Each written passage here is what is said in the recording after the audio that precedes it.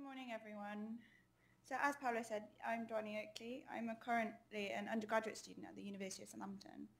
So I'm not an ergonomist or a human factors specialist, so thank you for having me with you today.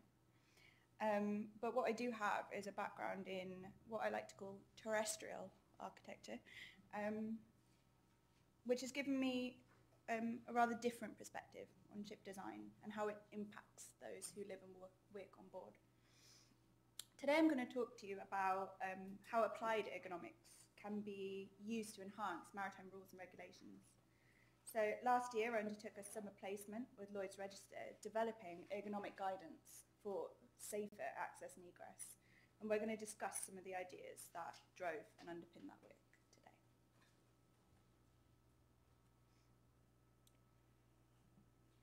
So just before I begin, I'd like to just give you a quick overview of the presentation for some clarity. I'd like to begin by discussing the context. Well, before we discuss the context of the guidance note, or even what a guidance note is, let's talk about why access and egress is an important topic for us to consider in human factors.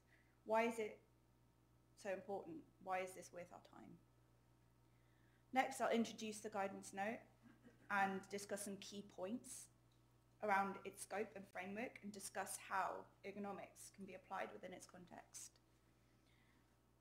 I'll explore some of the key design challenges that we encountered in developing the guidance for safe access and egress, and discuss how these were resolved. And I'll explain how guidance notes are used within class as a means of compliance, and discuss some of the key considerations for survey and approval. So let's begin. Access structures and access openings are essential for effective onboard working and living to facilitate movement between and within the spaces across the whole ship. This is fairly obvious, but the fact is they're a leading cause of occupational accidents and potential fatalities on board. Data from the European Maritime Safety Agency shows that slip, trips and falls from height make up a staggering 52% of fatalities on board. And P&I clubs report that occupational health accidents such as these actually make up the largest single line item in personal liability. These patterns of reported accidents aren't new. In fact, they haven't changed in over 30 years, and something's got to be done to break the cycle. Many of these hazards associated with slips, trips and falls can be directly attributed to inadequate access and egress. So risk factors which contributed to these slips, trips and falls can be poor structural design, slip hazards, poor surface finishes, trip hazards including low-lying equipment, covers, pipework, lines, or indeed personal items or slippage. Fall hazards can include abrupt changes in deck level or unstable surfaces. In addition, falls from height can occur from working platforms, elevated walkways, or from deck openings that are improperly guarded. So that brings me to my first shameless plug of this morning. A lot of these hazards were taken from an in-depth study into slips, trips and falls, which appears in the Nautical Institute's HE Alert Bulletin. The website contains a huge volume of human element information, so if you articles, illustrations, posters, other resources. So if it is something you haven't come across, do look at it. Industry has also begun to, Industry has also begun to recognise that human factors is an essential tool in setting out effective safety standards and practices. They've set out the IMO has set out clear aims from the top that to improve working conditions for the seafarer community through ergonomic ship design, and in fact identified safe access and egress as a key area for development within their goal-based standards. One tier down, IACS has also developed, investigated safe access and egress and developed non-mandatory documents to provide guidance to designers and naval architects alike through IACS Recommendation 132.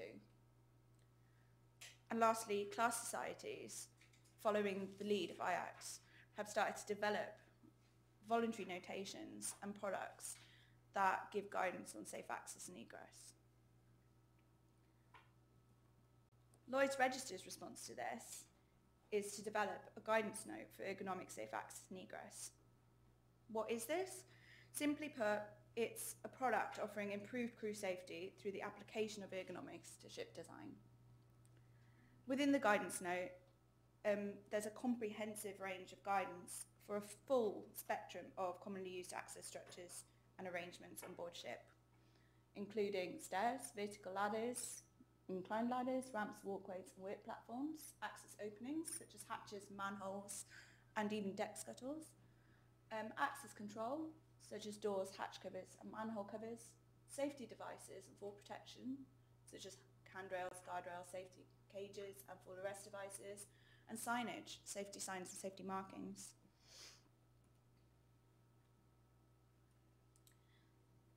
So we learned a number of lessons from previous Lloyd's Register ergonomic rule sets. This was not the first. And these identified a need for a sensitive handling, or rather a careful presentation of guidance. We determined that in order to develop successful guidance for ergonomics, a very complex principle that needs to be stated simply, we determined that guidance should be prescriptive and unambiguous in order to provide clear instructions to designers and manufacturers for them to follow.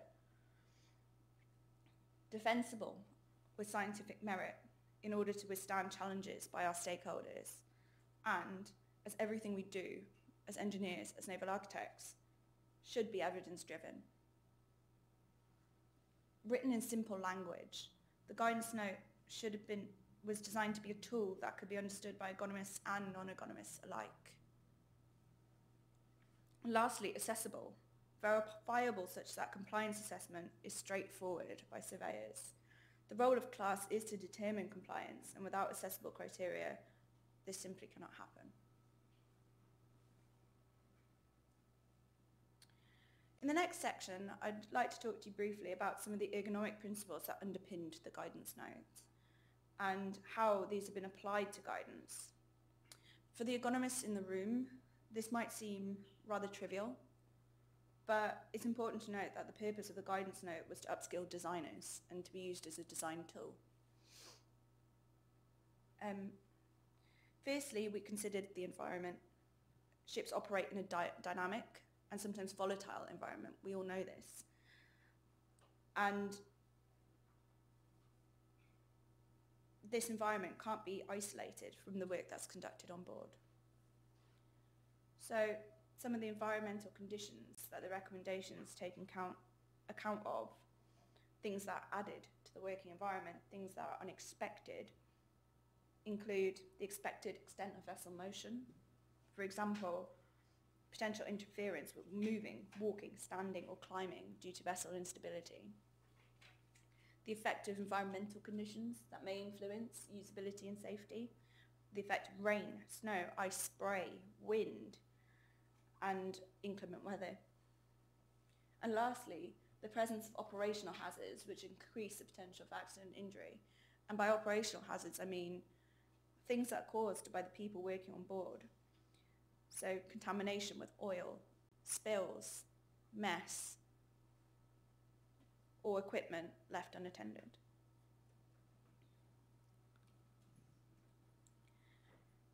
Next, the guidance note considered physical ergonomics, both from including anthropometrics, so that safety structures and safety devices were designed for the expected characteristics of the user population, such as stature, shoulder breadth, eye height, functional reach, and also their biomechanical capabilities, such as their weight and strength.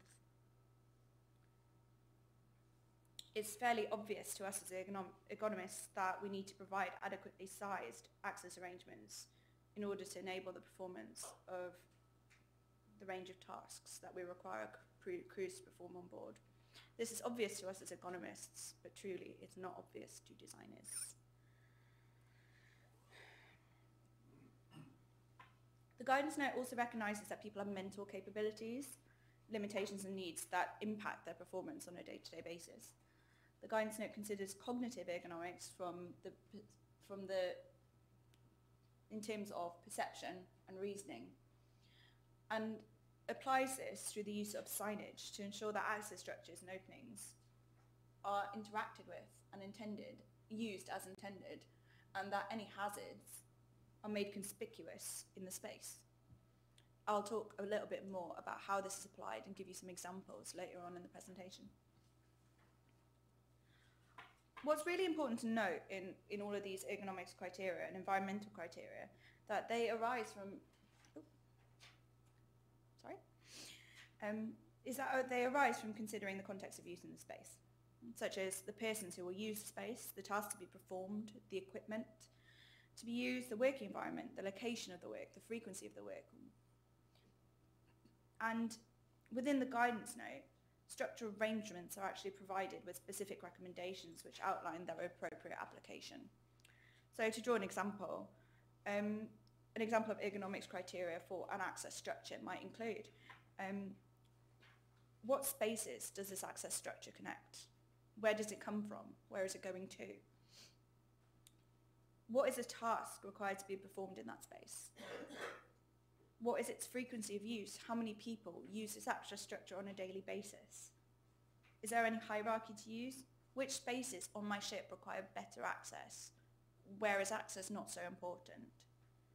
Is there any restrictions to its use? Are there any associated hazards that lie behind this access structure that access control can prevent? These are important questions that need to be answered. Presenting guidance in this way in the context of its application and operational use encourages a shift in perspective for ship design from considering access structures as a structural element which sits within the framework of the ship to thinking of access structures as a link between spaces that are used by people and seafarers who work on board. And within the scope of guidance, notes and recommendations and requirements, presenting access in this way and presenting guidance in its context is novel within rule development. It's not something that we've seen before.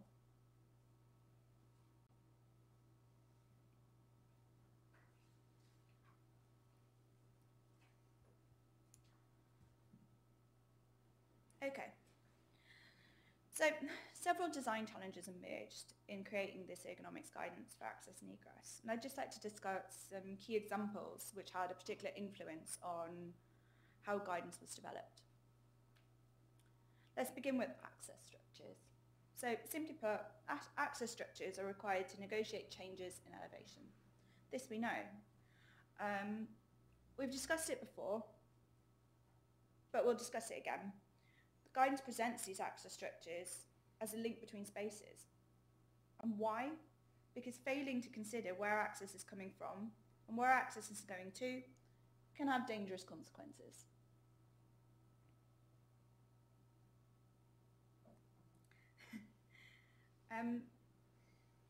Recommendations are also presented with a high degree of consistency, regardless of their location on the ship. And again, why? Consistency also plays a really vital part in meeting user expectations. Human beings make mental models of everything they encounter and create patterns of behaviour based on the objects they interact with in their daily lives.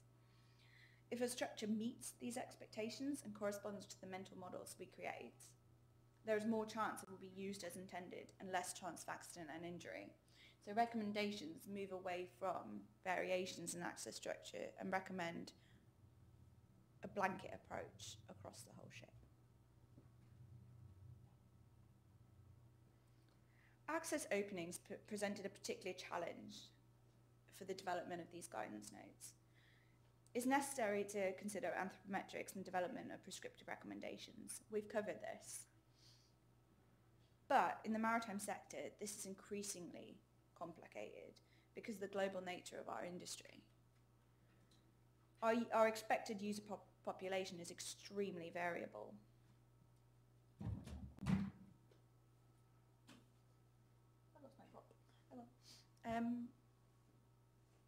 We have multinational, multicultural, multilingual crews, and this huge range of variability and adaptability has been met with quite conflicting practices worldwide. And this is seen most clearly in the realm of access openings. So access openings are necessary to provide access between spaces on board ship. But current standards for access openings allow access openings as small as 400 millimeters. And I had a little tape measure to show you just how big 400 millimeters is, which is not very big at all, which I've now lost. Oh, it fell. Thank you.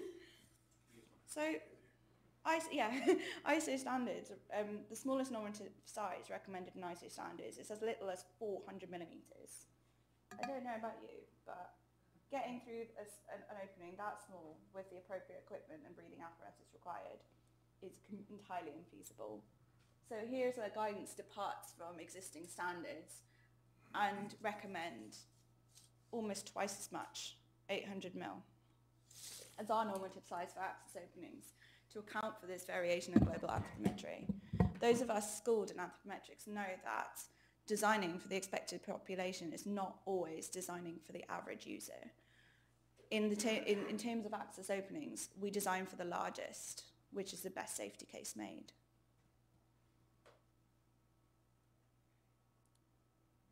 So, we know that the prevention of confined space deaths has been a growing concern for the maritime industry, and indeed I expect some of you will talk about this weekend. Through the development of the guidance note, we determined that the benefit afforded by good access control has just as significant an impact on crew safety as access facilitation, particularly in the prevention of entry into hazardous spaces, such as this one. As such, the guidance note recommends the use of appropriate access control devices, such as doors, hatch covers, and manhole covers. Simple things. But also including mechanical closings, interlocks, or appropriate signage which make clear any hazards or specified entry protocols in order to limit access to hazardous spaces on board. What the guidance note can't do is prevent crews from breaking entry protocols, and there's still much work to be done in this area.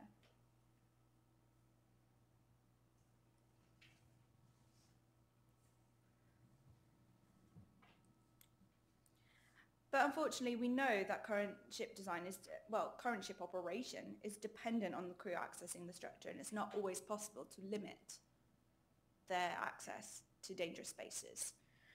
Working at height presents a particular challenge.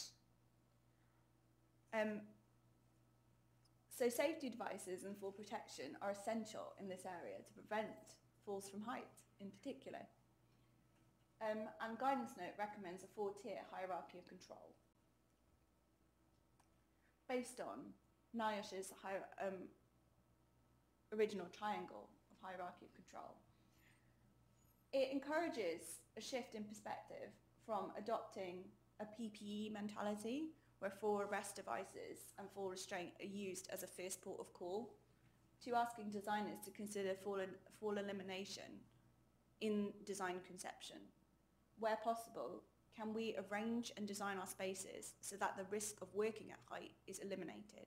Where this isn't possible, can we prevent it by putting in structural guards and controls to protect people from falling? And as a last measure, can we provide suitable PPE, such as fall arrest devices, to stop them when people are already falling?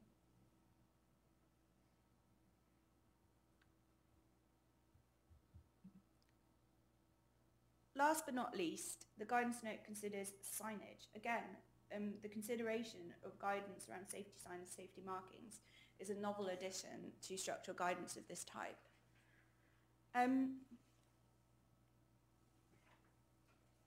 There's nothing new in this area. In fact, the guidance note adopts existing ISO standards for signage that are already used in other sectors. And it simply presents a marinized tailoring of these recognized standards for safety signs and safety markings for the application on ship. It's important, especially when we consider the nature of our user population, our multilingual crews, that we have clear, unambiguous signs. And in fact, ISO standard 2440109 gives us a huge library of standard symbols with assigned meaning that we can use to communicate things to our crews. Additionally, it's not just safety signs. Safety markings are a cheap and effective way to highlight potential hazards. The illustration there is a really good example of how simple markings can highlight the hazards in the space. Stair nosings are a known trip hazard and are highlighted. Handrails are highlighted as a fall protection device. And we can see at the top of the stairway here that this stairway leads into a hazarded space, denoted by the yellow and black hazard warning markings. Although these are used on board ship, they're currently used in a very slapdash manner, and the guidance note presents a really comprehensive guide, for lack of a better term, to using safety markings and safety signs in a much more consistent and considered way. Which brings me to my second shameless plug of the morning. The ISO standard for ships and marine technology, design, location, use of shipboard safety signs and safety-related signs, safety notices and safety markings. It's a full catalogue of all of the signage options you have, and we've made it normative within the scope of guidance. If you are interested in this area, definitely worth a read. Yeah. So as I mentioned previously, CLAS's role is to provide a means of compliance for ship designers and ship owners alike to assure a baseline level of safety. We do this through survey and assessment, but without a document to assess, it's very hard to determine compliance. We've determined that the best way to fulfill survey requirements for signing the Ergonomics Safe Access and Egress guidance notes and for maintaining it through its life will be through the provision of what we like to call a manual for safe access. This would form, or rather supplement, part of the ISM documentation for the ship, and more detail of what would be included in this is included in the paper. We just don't have time to discuss it today.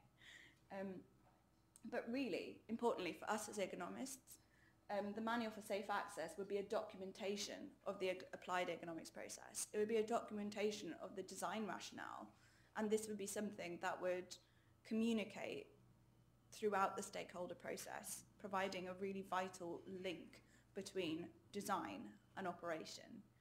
Presenting it in a manual, in a recognised form for ship operators and mariners alike,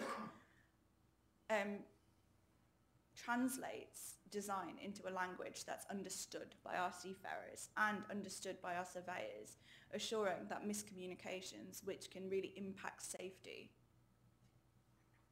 don't occur. The manual will also be the basis of assessment used for initial plan approval and retained on board for audit, for periodical surveys throughout the ship's life, and would be updated accordingly if changes to the access and egress strategy were to be made on board.